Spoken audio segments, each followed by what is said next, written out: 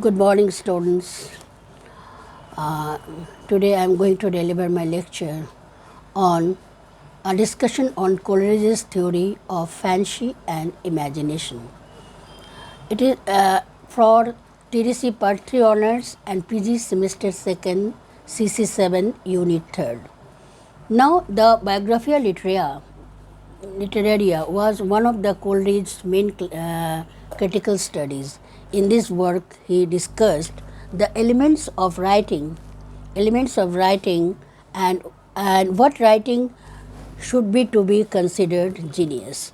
Although the work is not written from Coleridge's poetic mind, it is still written with the qualities of rhythm of the poetic. Not only does he discuss literature itself, but he discusses the many variables that influence and inspire writings. Though through this discussion, he makes many value judgments, leaving his audience with a clear understanding of his stance on certain issues. Some of the issues he tackles include politics, religion, social values, and human identity. His treatment of these issues tends to be conservative in his foundation, yet also blatant and original. He doesn't cater to one certain audience. Rather, he expresses his own thoughts from a personal viewpoint. Coleridge delivers the Biographia Literaria without a second thought of whether or not there will be any disagreement from his audience. Now, I am discussing imagination and fancy. Rejecting the empiricist assumption that the mind was a tabula rasa on which external experiences and sense impressions were imprinted, stored, recalled, and combined through a process of association.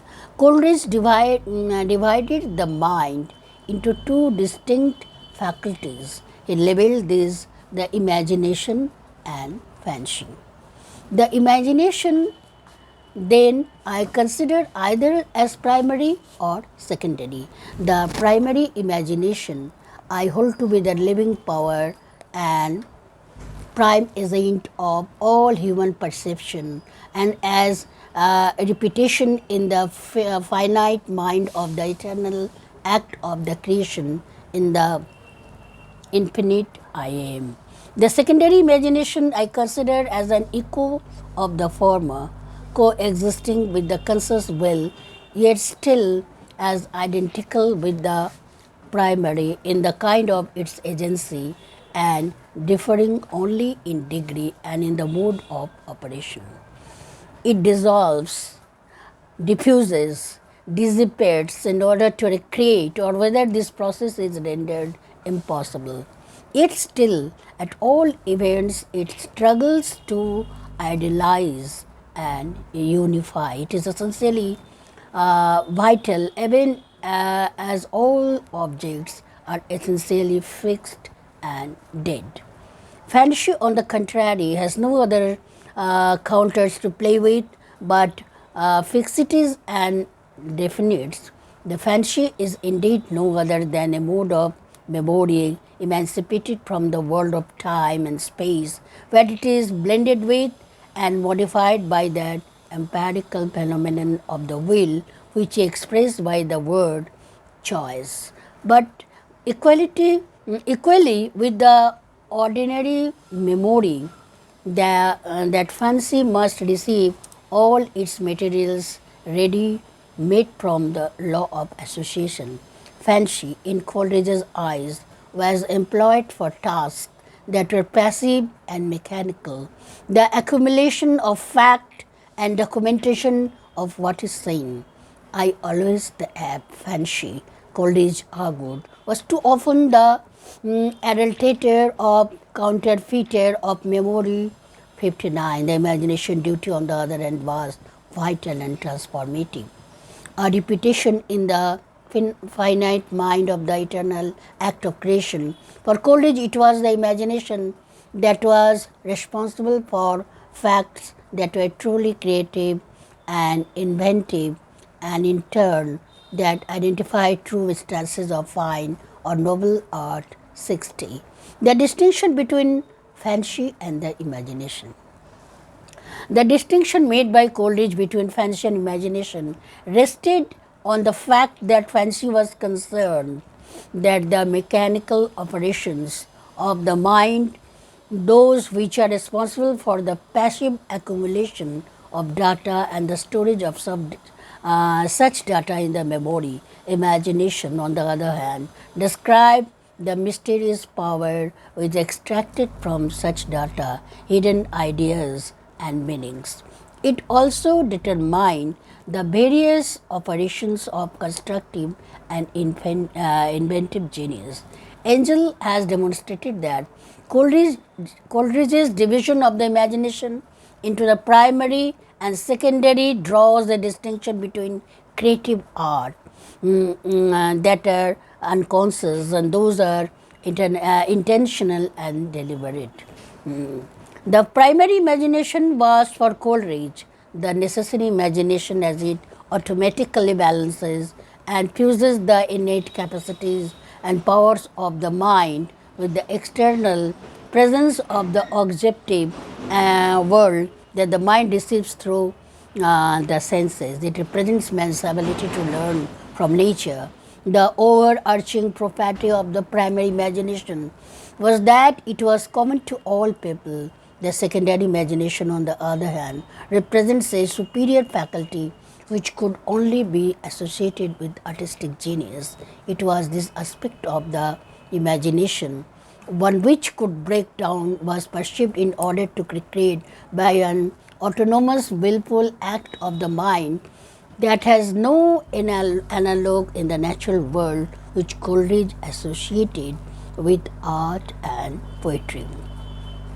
A key and definite attribute of the secondary imagination was a free and deliberate will, superior, valuable voluntary control coexisting with the conscious will. The secondary imagination, once activated by the will, dissolves, dissipates in order to create Coleridge Biographia Literaria. Significance of the imagination.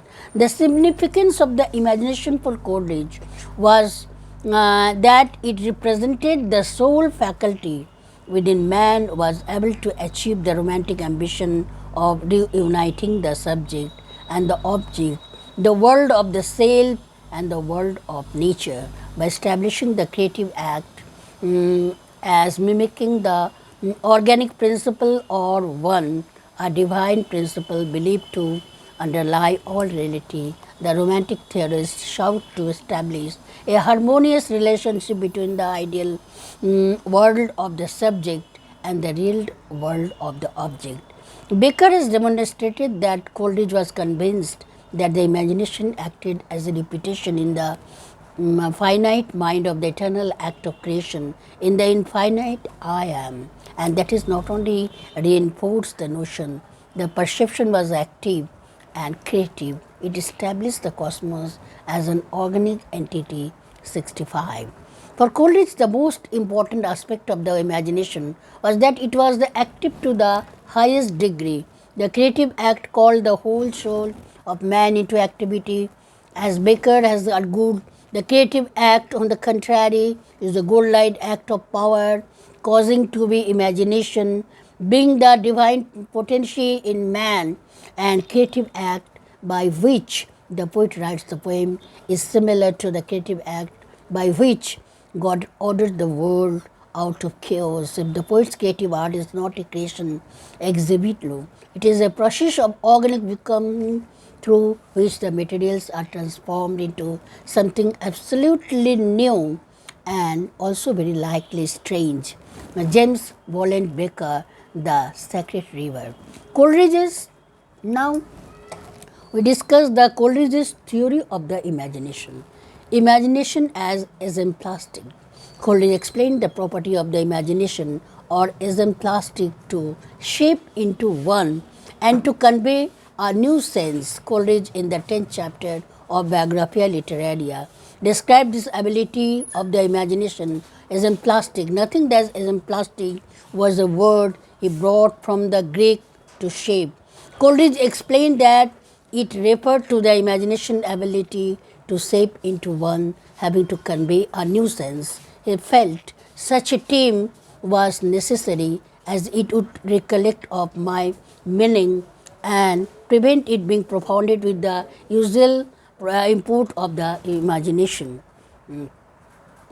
If you really want to use a pretentious sounding term, try emplastic derived from Greek words meaning into and one and moon, and coined by Coleridge in 1817.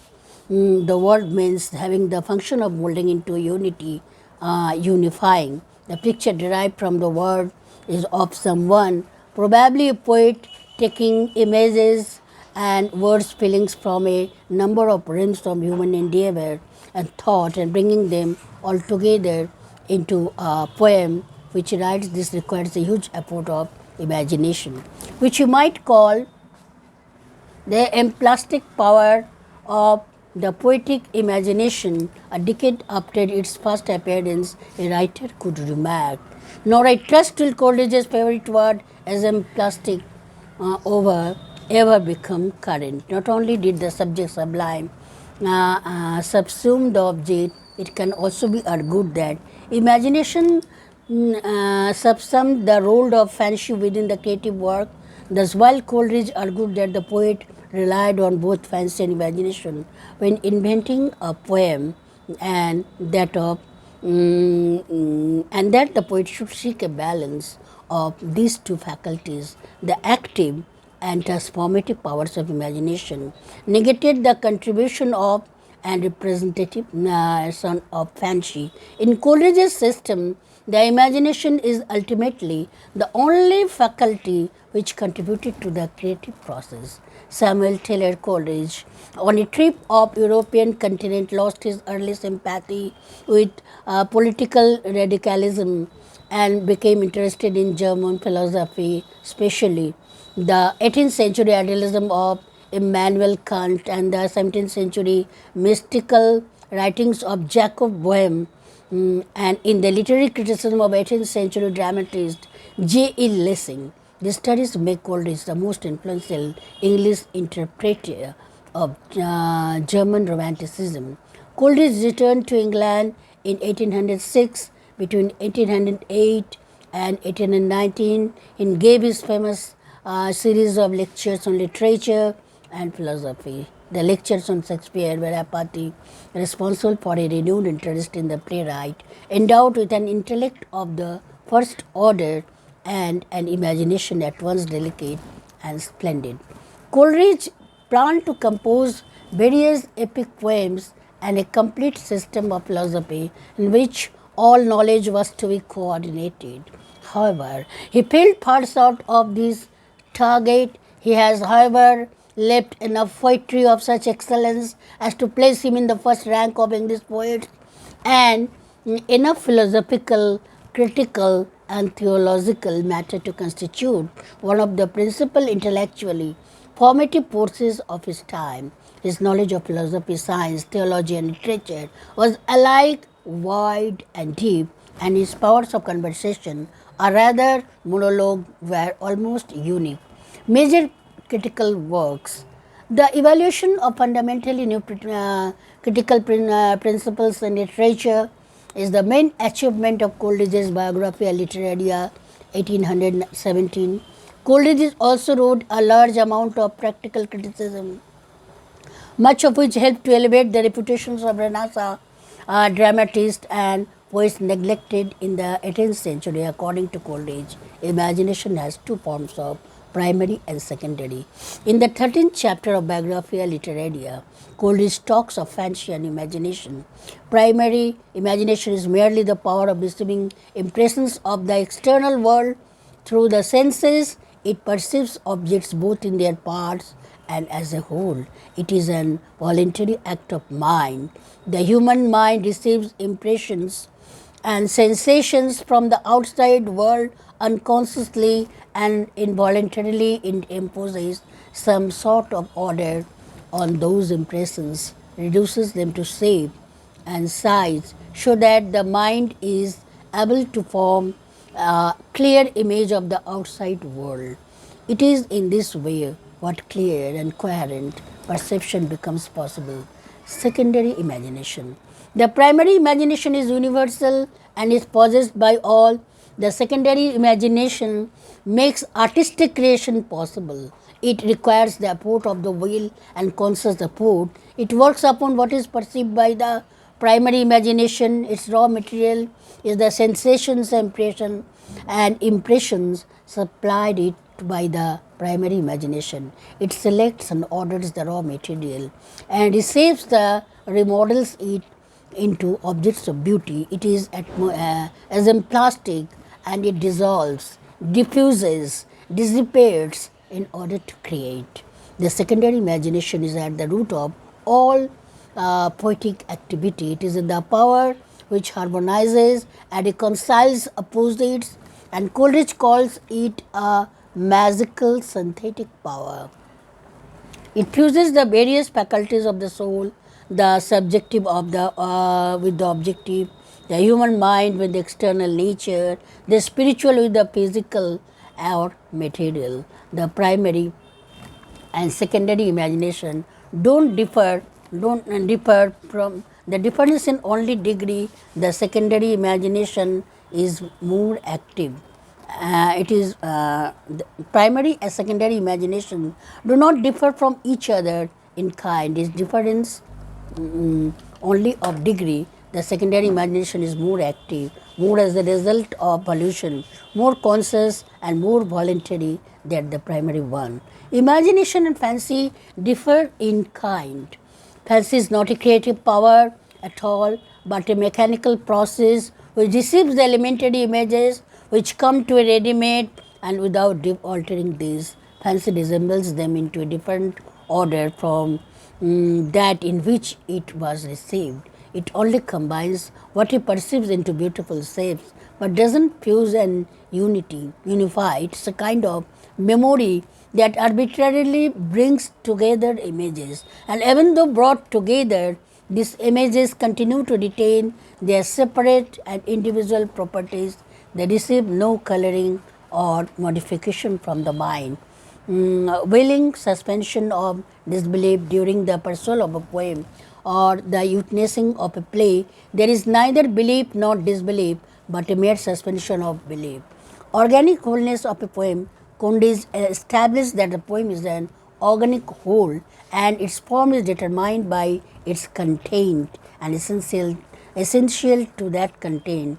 Thus, meter and rhyme are not merely pleasure superadded, not something superfluous which can be dispensed with, not mere decoration, but essential to that pleasure which is true poetic pleasure.